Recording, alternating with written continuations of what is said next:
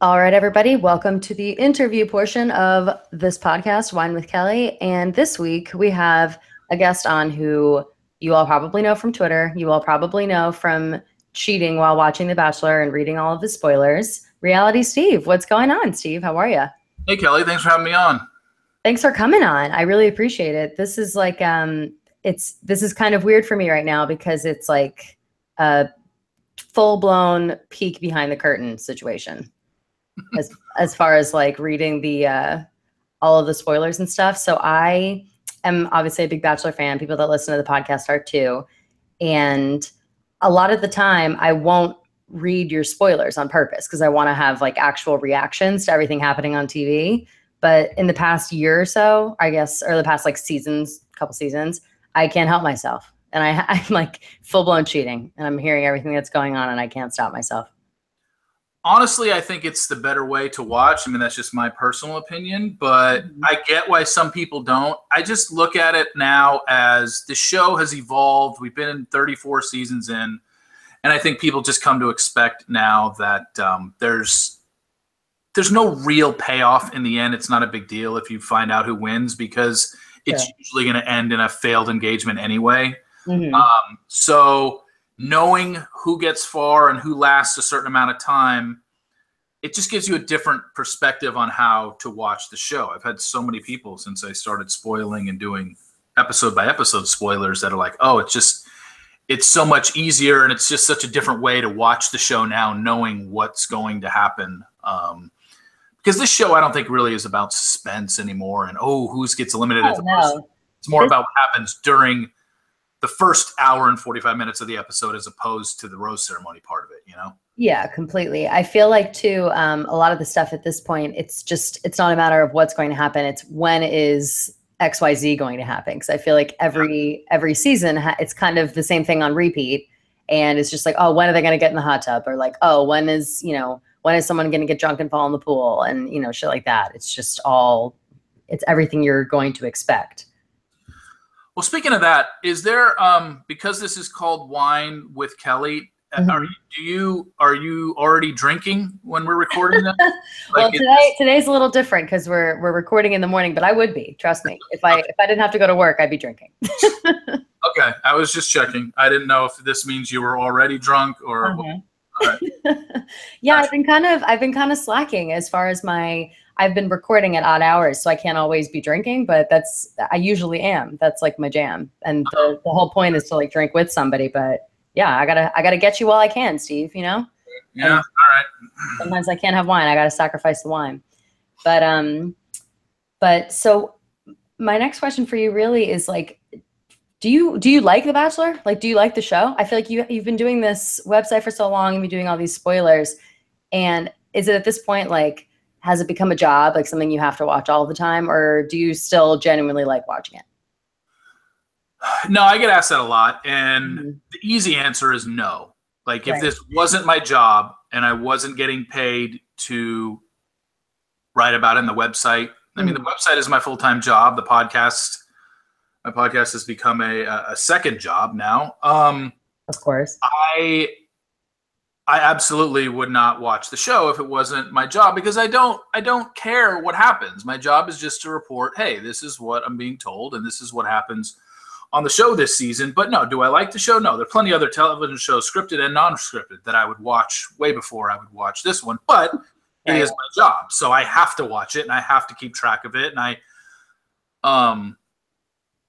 with social media nowadays, it's almost impossible to keep track of everything that's going on. I don't follow all these people. I usually will go look at something when somebody alerts me to it. But if you look at my follows on Twitter and Instagram, it's not like every season I just start following every contestant. It just doesn't happen. I don't have the time, and they would flood my feed with a bunch of stuff that I don't care about. So exactly, yeah, there are too many of them. Do you find that all of the Bachelor people, the people that go on, even if they're on for like 5 minutes or whatever, start clamoring after you, trying to like tell their side of the story always? No, it doesn't really happen that way. It's kind of weird. I mean, some people will contact me after the season and just either to make small talk and just say, hey, I liked your stuff, or that was funny what you said about this or whatever. But it's never really turned into to that. I've become. It's funny because since I started doing my podcast and talking to former contestants, I've had a few of them. I can't remember who they were offhand, but I've noticed that a couple times I've gotten at the end of the podcast like, hey, Steve, thanks for having me on. You're not as bad as I thought you were, or not as scary. Like, I think I have, nice. There's this stigma attached to me of don't talk to that guy, or, you know, oh my God, that guy's going to rip you or something like that. And I honestly, like, I was way worse 10 years ago, and I've kind of changed with the times. You just can't you can't get away with what I said 10 years ago. Oh, no way. Well, I feel like that's true everywhere. Like, you can't, I mean, you cannot say anything you could say 10 years ago. Just as far as like, it doesn't even matter what you're talking about. You could be talking about The Bachelor. You could be talking about, you know, politics. It doesn't even matter. Well, yeah, politics is a big thing. But right. my thing is, it's just been funny to hear a couple contestants that basically kind of said, like, I was kind of scared to go on, or. That is funny. Scared of you. Okay. That doesn't actually surprise me at all. I feel like if, you know, God forbid they do something stupid, like, obviously you're going to write about it and be like, oh, so-and-so was like drunk or so-and-so dated somebody before this, and that you've always kind of got the dirt. And I feel like that's like a projection of being afraid that you're going to find out their shit, you know, and then tell everybody. I'm sure that's why.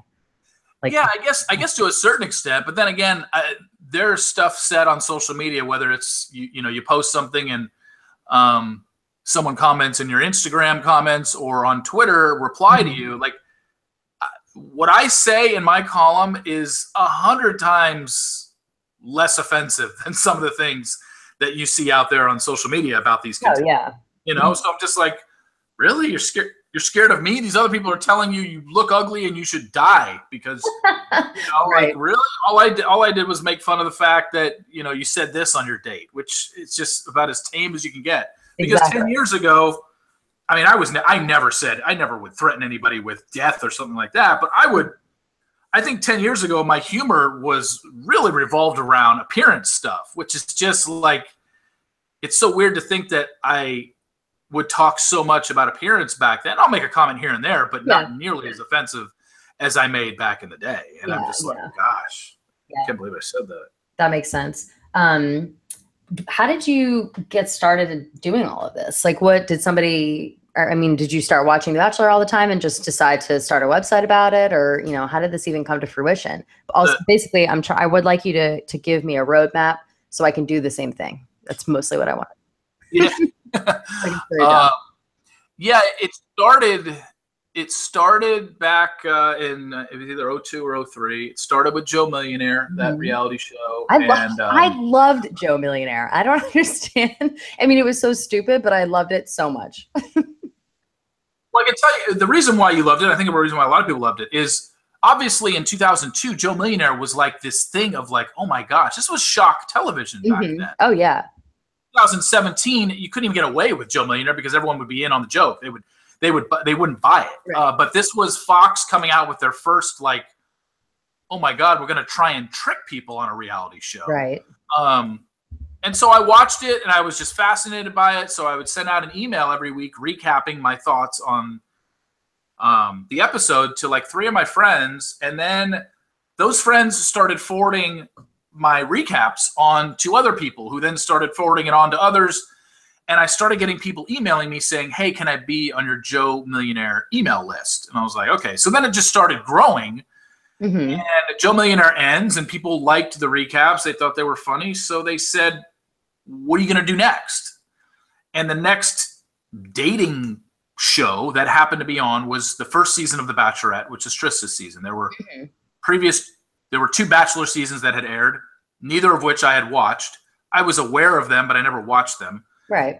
And then Trista's season started. I'm like, okay, dating's just so easy to make fun of. And because we've all done it and we've all had bad dating stories. So I was like, I'll just do this Bachelorette show. And I just started doing it and people just caught on. And my email list grew to like almost 400 people. I think it was like 350 people. And it was at a time where you couldn't send more than 25 people in an email. So I was literally writing a recap and I had 350 people on my email list and I had to copy and paste and send it out 12 different times to groups of 25 people. Oh my God. It was just, and I was doing that. And then after a while, I was like, I think after Trista's season ended, I said, I need to do a website where I just put them all up there so I don't have to send out an email every week. And that's where that's where I gave the name Reality Steve. I just, I didn't really put much thought into it, obviously. Right. Yeah. Yeah.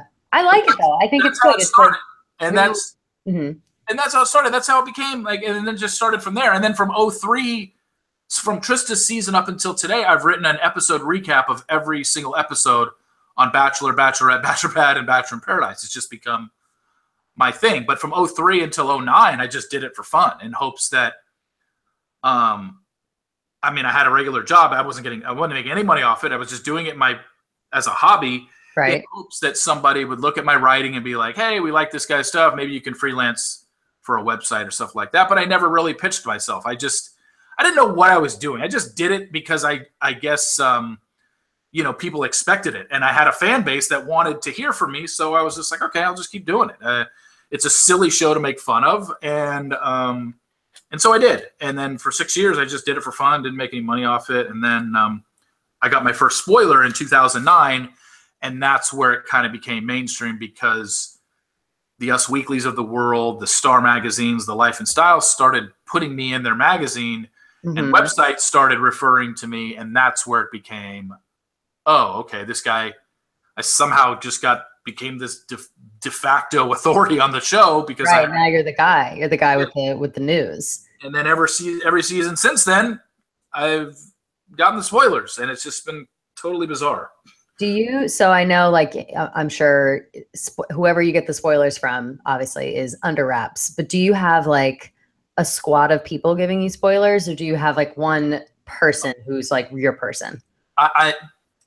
The amount of people that have told me things over the years since 2009 is easily well over probably 200 people. Like, that's hysterical. It's become crowdsourcing at this point because they know. I think the biggest thing is, and I've said this a few times, and people can see it as me patting myself on the back, but it's fact. There's no other site on the internet that's doing what I'm doing. There's no other site every season that spoils this show and gives you episode by episode breakdown of what's going to happen before the first episode airs. So usually anytime anyone knows something about the show, they're like, oh, that Reality Steve guy, he's become synonymous with the show. He spoils the show. And they tell me. So I've gotten so many different things. Like if you were to ask me right now, hey, who told you who went home in episode 3 of Ben Flajnik's season? Like, I don't remember. Obviously, I put it out there, but I don't remember. There are some that I absolutely do remember who told me things, but when you think about it, there's so many different spoilers in any given season. There's over 50 spoilers to any given season. I mean, just the fact that I've released all 29 girls for Ari's season already, 29 different spoilers because no other site is. ABC hasn't released the bios and the headshots of these girls, and they won't until the middle of December. But on November 1st, you had all 29 girls that are on Ari's season, and most of them were before that. I had 15 of them, sporadically spread out from the time filming started on September 20th. So, it just technically you could consider that's 29 different spoilers to have each girl spoiled. And then you've got each episode has 3 dates in it. There's what they did on the date, who was on the date, did anybody get eliminated on the date? Then you got the rose ceremony, who got eliminated, the locations of where they're going. There's so many different types of spoilers throughout the season. Obviously, there's levels of spoiling in terms of who got eliminated in episode 2 is not nearly as important as, hey, who were the final 4 and who did he get engaged to at the end? I get that, but there's still spoilers. If I did no spoilers all season, and then just said at the very end, here's who Ari's engaged to, they'll be like, okay, well, you had nothing else. Why do we think this is true? Or you can have the complete opposite where I spoil everything up until the end, but get the ending wrong. No one will care that I got everything else right, which has happened a couple times. Yeah. Then everybody yeah, so it's like, basically it comes down to getting the end right. I mean, I could detail every episode and every date and who got eliminated and whatnot, but ultimately it comes down to the end of, did you get it right of who they got engaged to at the end? And more often than not, I have been right.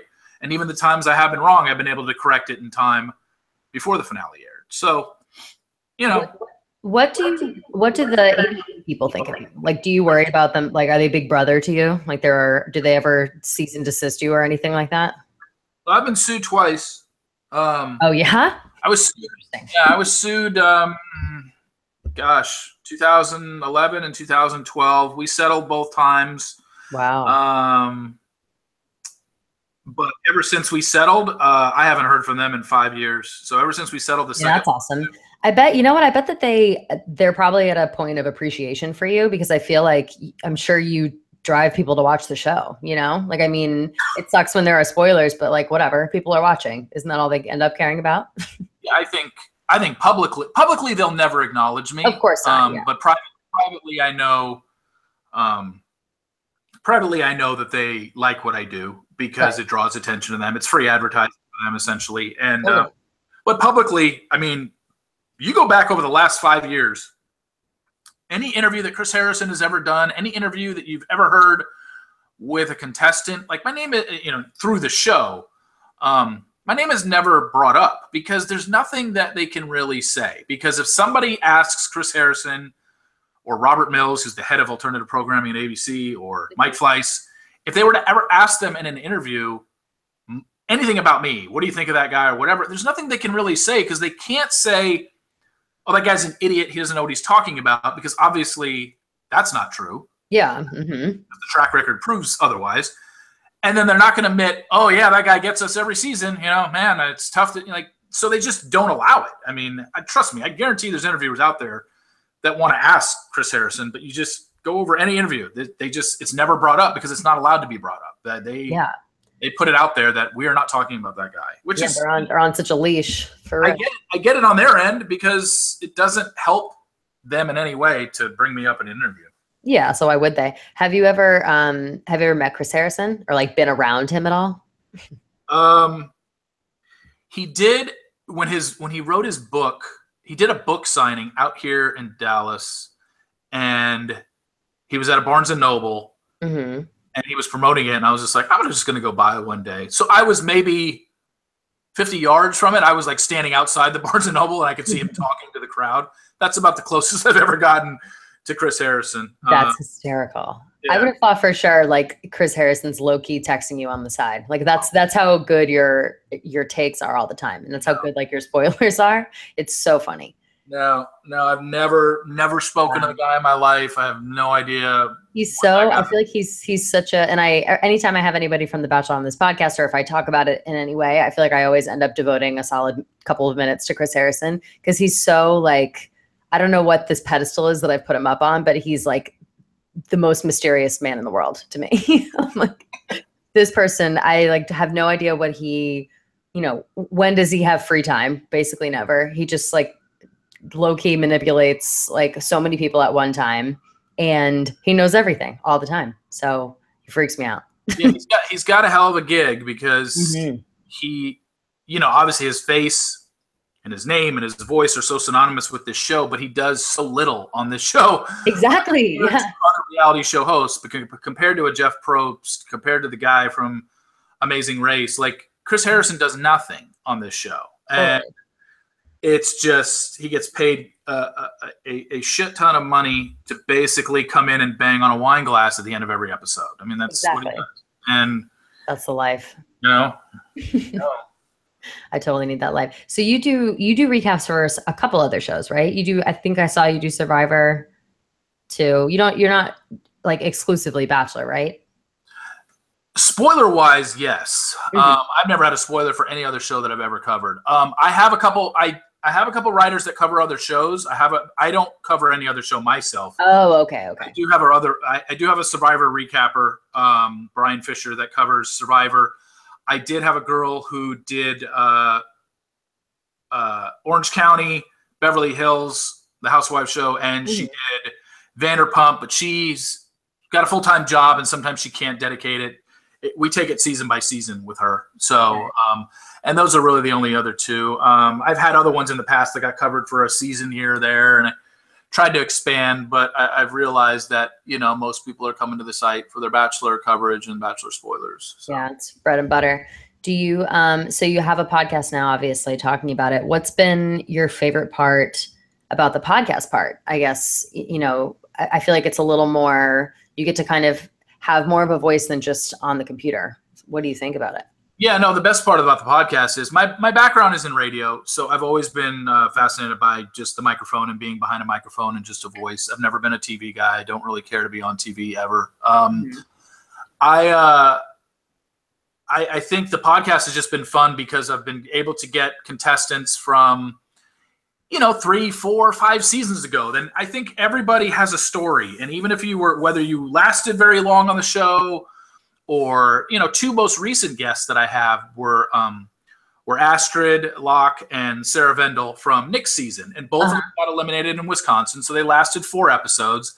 Sarah was on Bachelor in Paradise, so she had a story there. She had the love triangle thing with Raven and Adam. And I had her on, and I had Astrid on, who was never on Paradise and was literally on 4 episodes of The Bachelor, yet they were each of them were so interesting in and of themselves. Like, I think everyone has a story, and I think my job as an interviewer is to get people interested in someone that they may not, when I say, hey, Astrid Locke is coming on the podcast, I don't think that would generate as much excitement as someone like, hey, Nick Viall is coming on the podcast. Obviously, someone's going to be like, oh my God, Nick is doing an interview. Granted, Nick would never come on my podcast, and I would never ask him. I mean, whatever. I was like, you don't need him to come on your podcast ever. Yeah. I would put it this way. I mean, of course, the invitation is always open for Nick. I would have Nick on the podcast in a heartbeat. I just know he would never do it, so I never ask. Like, that's the thing. It's not like I'm against having him on. I just know he wouldn't come on. So we're in this, it's just, I wouldn't extend an invite, but if he ever said to me, like,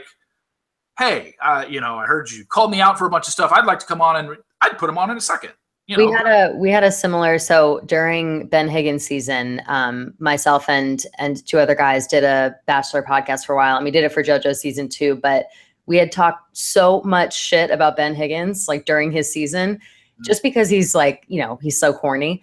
And we ended up getting called out by him. He was like, hey, heard you guys talking like really a lot of shit. Totally down to come on the podcast if ever, like, to kind of clear my name and change your thoughts on me. And we were like, yes. And so we ended up like not panning out, but he completely heard us talking all the shit. So I'm sure that Nick just like replays all of the talking shit podcasts, as he goes to sleep.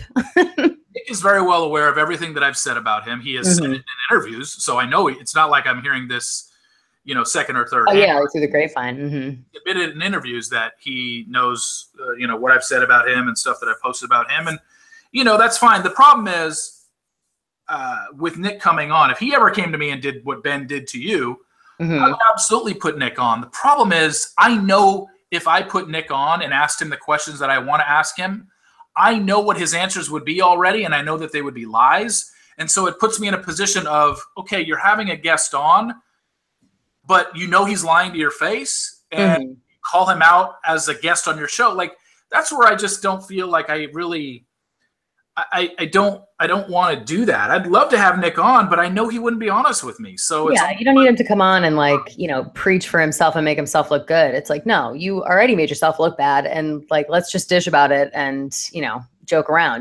You're not like a puppet anymore. You don't have to do this. The thing is that I know stuff about Nick that he doesn't know that I know. And so it puts me in a very awkward position. And would I talk about it with him?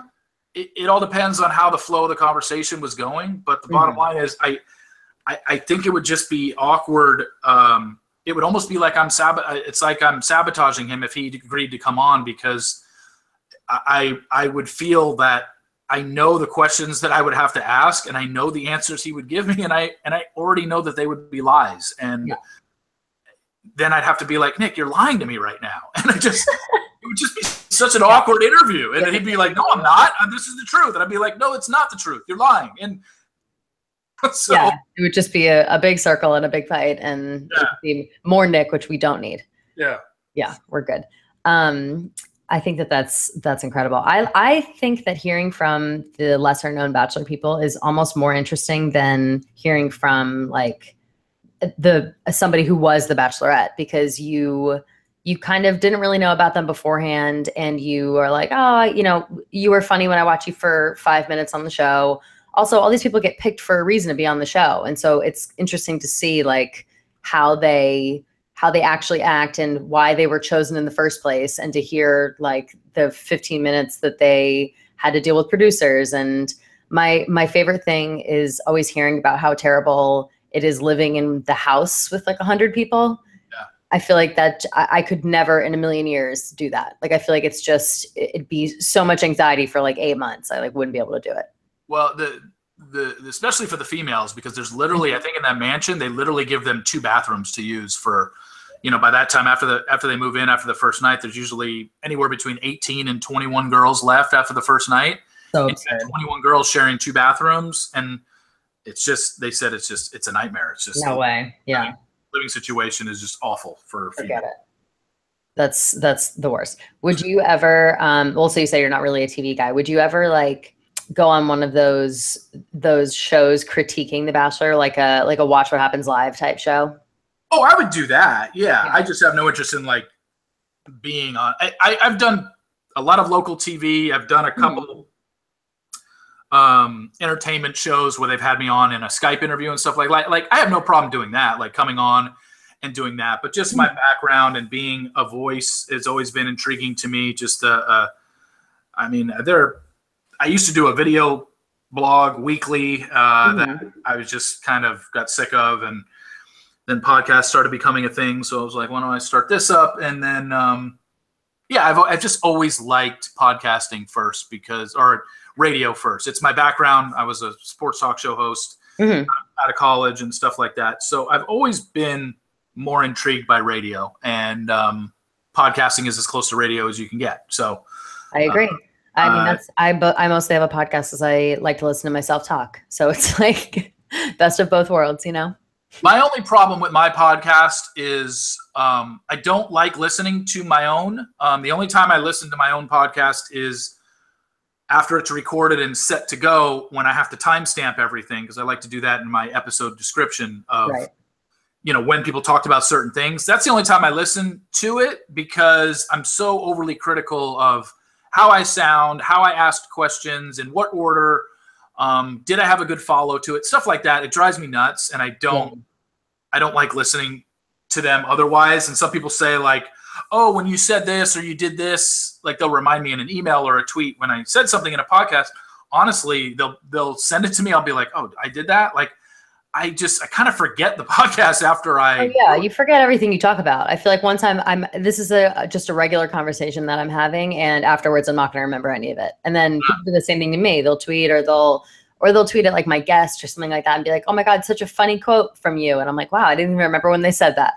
I should probably get that out and put it on Instagram. Yeah, it's really weird. Like, you're so into it, and I, give myself some good prep time for every interview. And then all of a sudden I do the interview, and when it's over, and I put it out there and people start commenting on it or talking about certain things, I'm like, oh yeah, that's right. We did talk about that. Like, it just doesn't, just because I've done so many. I've done one a week every week since last December. I'm coming up on 1 year of podcasts, and congratulations. Yeah, I'm just like, I never thought in a million years it would have the response that it did. I was hoping it would. I just didn't know how. Like, the first 5 podcasts that I did last year when I started in December were just me. It was just me talking and me giving my thoughts. And I was like, okay, there's no way I'm going to be able to do this every week. I'm running out of stuff to talk about. And then it just became, let me have a guest on every week. And now then I thought, okay, well, I'll have a guest on and we'll record it on Tuesday or Wednesday after the show airs Monday, and we'll talk about the show. And then it got away from that. Then it just became, I'm just going to have former contestants on, and we're going to talk about their journey. I don't want to recap Monday's episode, because there's plenty of other podcasts that do that. And that's not what I do, considering anybody that's been on my site knows that I don't.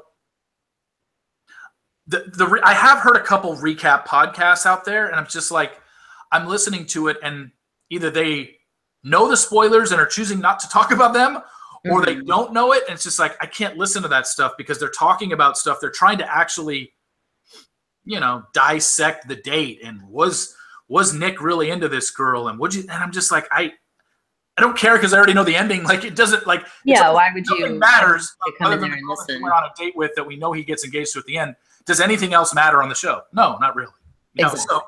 So that's why I changed it. So now it's just, I find a former contestant, or other people in the reality TV world. And I just do an interview, and every podcast is just an interview podcast. And that's all I do now. And I think that's, you know, there's no harm in that. That's, yeah. I do the same thing. I'll do like a recap of some stuff that happened this week. Like this interview will now go at the end of what I'm just talking about. So later I have to figure out what I want to talk about, but I always try to do it last second because so many things happen in a week. And so, you know, I'll do that. And then I do some interviews every once in a while, but I think that people like it because nobody wants to sit there and like, you know, listen to you talk for 25 minutes to an hour just by yourself. And then you get to have cool people like you on, you know? Well, the other thing is, you know, so the show airs Monday. I have my recap of the show on Tuesday in written form. Mm-hmm. Do I really need on Thursday when my podcasts come out, do I really need yet another 10, 15, 20 minutes dedicated to recapping what I had already written on Tuesday? Like, it's just really and it'll kill you. It's like, how much Bachelor can you talk? And like, how much can you talk about the same exact date, like on 18 different platforms? Like, put it on the website. Everybody can go look at it there. I can't talk about this anymore. It's just like we said, and you mentioned at the beginning of the podcast, it's kind of, this show's the same thing every season, just with different characters. That's all it is. It's the same kind of dates. There's going to be drama. There's going to be cattiness. There's going to be a girl who cries a lot. There's going to be a girl who drinks too much. There's going to be a girl that's there for the, you know, I'm not here to make friends. I'm here for Ari. And I'm not here to make friends. That's always my favorite person. I'm not here to make friends. Yeah, I didn't come on this show to have a girl fest and a girl chat. I came on and my focus is on Ari. It's just the same. We get this same thing every single season. So the show isn't really all that different. So it does, after a while, the recaps become even tougher because we're seeing the same things. It's just with different people. And, you know, different characters are going to do different things. Like, Corinne was I don't want to say a breath of fresh air last year, but she did some things that were different that we hadn't seen before. Like, oh yeah, she was something to talk about finally. It was like, oh, thank God. It's a girl that took off her top on the very first date of the season, you know, like that was a big deal. You know, but then we kind of saw through Corinne and saw what she was all about. And, you know, it's just, the show is a lot different than what it used to be. Because now everyone that goes on the show, as opposed to probably, I would say maybe 6 or 7 years ago, everybody on this show, especially the females, are all aware of what this show can do for you post-show, which is number one, the Instagram ads, which you can literally quit your job and make money just off that. And then two, obviously you go on the show now with, okay, maybe I don't win, but I can at least get on Paradise, and or now I'm part of this sorority / fraternity of Bachelor and Bachelor people. Once I'm on the show, now I can meet guys from other seasons who can slide into my DMs and I can hook up with them. Like, that's what this show is now. Don't give me this BS about Ari's here to find love and whatever. Ari's the biggest player in the history of this franchise. Like, I don't believe the season's a joke. He's a joke. I don't care who he gets engaged to at the end of this thing. He's never going to marry anybody from this show. It's not why he agreed to do this show. It's just, but I'm not saying Ari's any different than Nick was. Or, no, they're all the same. What did you think about the big Ari reveal? Like, I feel like that was first of all, I like, no one was worse and more insufferable than fucking Mike Fleiss during that.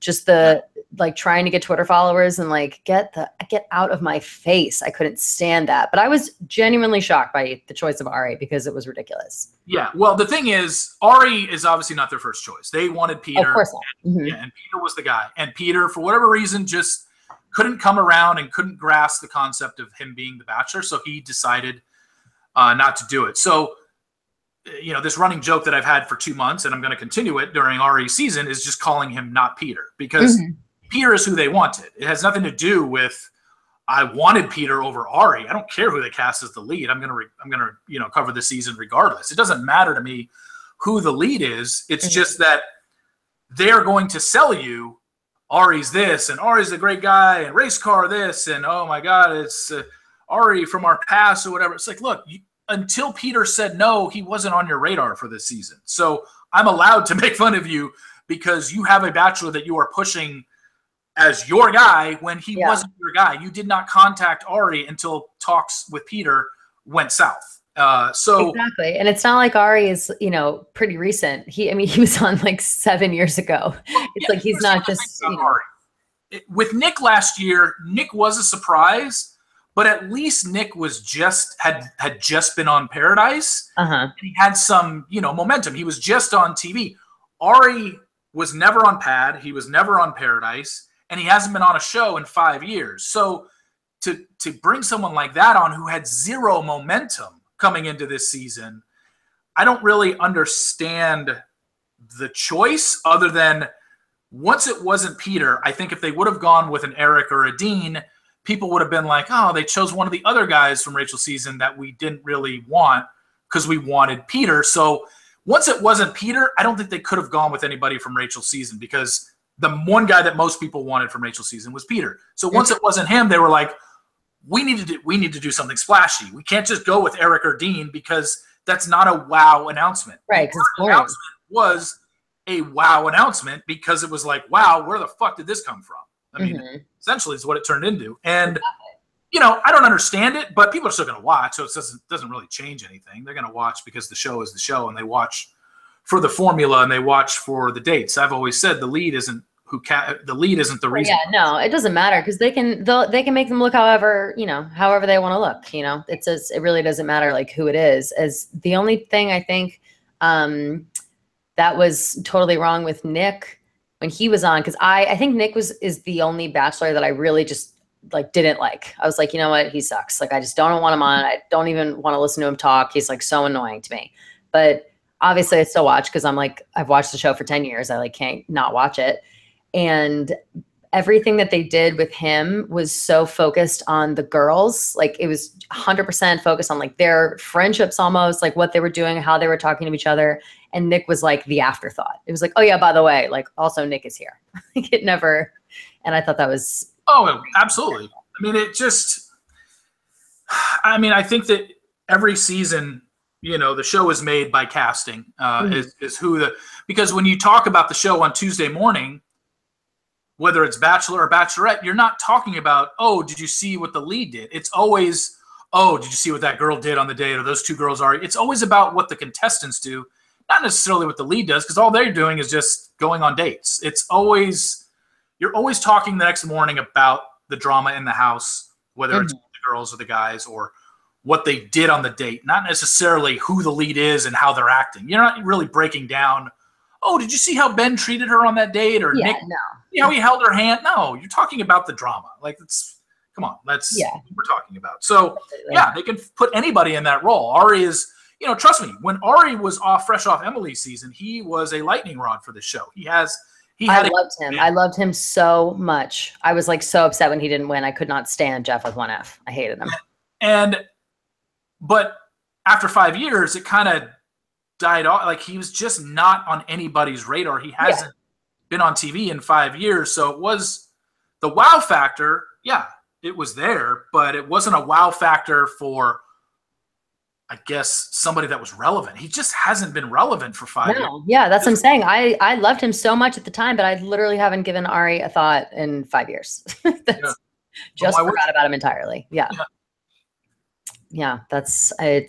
it will be interesting. I'm actually excited to watch because I'm also excited to see, because he's like older, and I mean I know we keep having like old bachelors, and I mean not old, but older than like 22, and so it'll be interesting to see how like what he could possibly have in common with all of these 22-year-old teeny boppers coming on. But I'll be interested to see that for sure. Do you want a mini spoiler or no? Of course. I told you I can't help myself anymore. I need to know. Well, last week I spoiled who the final four were. Ari turned 36 during filming. I think in the second week of filming, was his birthday. I think his birthday was September 18th. So it was 2 days before filming started. So he turned 36. So his final four are 25, 25, 26, and 27. That's absurd.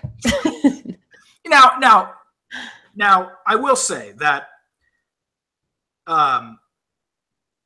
I expected them to choose somebody younger, and it's not like they're going to cast a bunch of 33 to 38-year-old women for Ari's season. That's just not right. No, it does. I believe of the 29 girls on this season, I believe only 23 are even over 30 years old. So it's not like they even tried to cast him a bunch of older women. Mm-hmm. Maybe it's 4, but it's no more than 5. I'm shocked. I'm saying I don't know if I've ever noticed like anybody over 30, like any women over 30 before.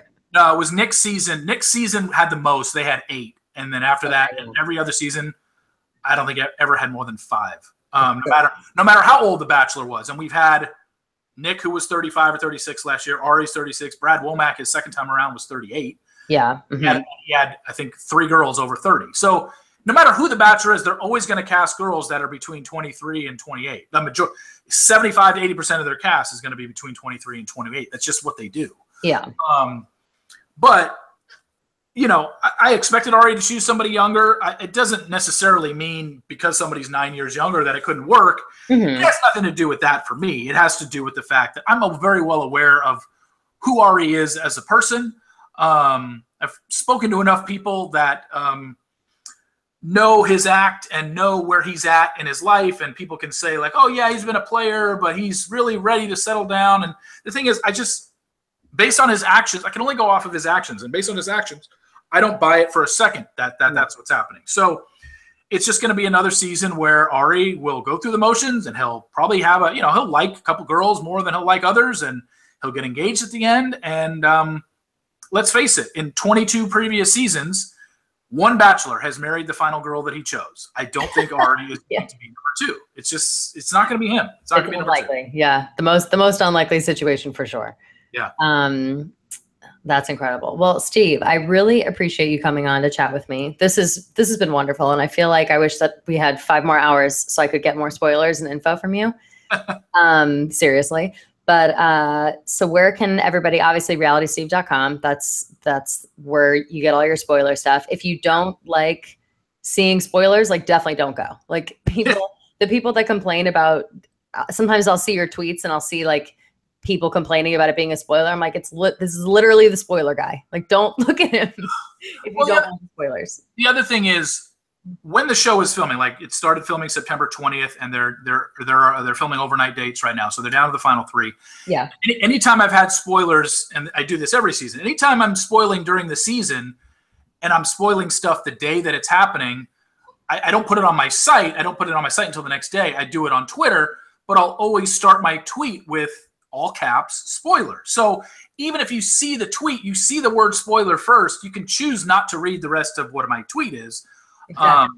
So yeah, I mean, I put it out there, but yeah, once the season starts, when I do my recaps, are there spoilers in it? Absolutely, because it's impossible to know everything that's going to happen, but recap the episode like I don't know. It's just seems too fake and phony. It's too much to ask, and everybody just needs to calm down. Yeah, it doesn't make a lot of sense. Those are the spoilers.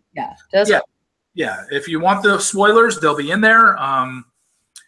Filming ends. Ari's filming ends. What's today? The 6th. Today's the 7th. 7th, yeah. It should end next Wednesday or Thursday. Should be the final rose ceremony. So exciting. Usually shortly after that, I'll put out the final 4 breakdown, because that's usually easier to get right away than the previous episodes 1 through up to the hometowns.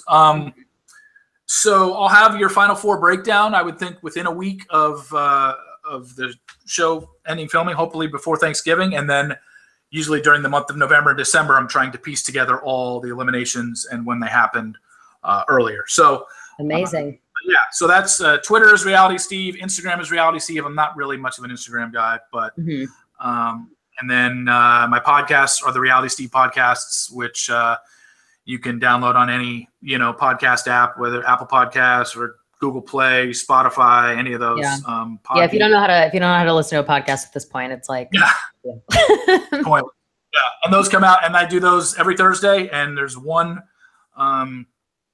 It's usually an interview with a former contestant, and they're released every Thursday. And the only other thing I'd like to promote is, if anybody is in the Dallas area, I'm actually recording my first live podcast where people can come out. It's going to be at the Addison Improv in Dallas on Tuesday, November 14th, next Tuesday. And we're going to have Olivia Caridi on. I've had Olivia. I love her. I've had Olivia on. She's great. I've been on her podcast, but she's never been on mine, so we're going to do it live. And wonderful. Next Tuesday, you can come out. scroll down my Twitter account or go to my website where you can see I've given the link to where you can purchase tickets to attend the event. And we'll have an open Q&A to where people can ask questions. You can actually be part of next week's podcast. Okay, cool. So I'll be booking. I'll be booking my flight to Dallas. Yeah, get out here in the next week. Excellent. Yeah, I'll be there on Tuesday. I'll see you on Tuesday. That's amazing. Thank you so much, Steve. I really appreciate this again. This has been good. Everybody follow him. Everybody tune into The Bachelor, obviously, or else, what else are we all going to talk about? Yeah. And I think that's about it. Any last words, Steve? No. Let's just hope in the next week or so Ari finds the love of his life and lasts more than 6 months with her. Amen to that. Yeah. All righty. I'll talk to you later, Steve. Thank you again so much. Thank you. All righty. Bye.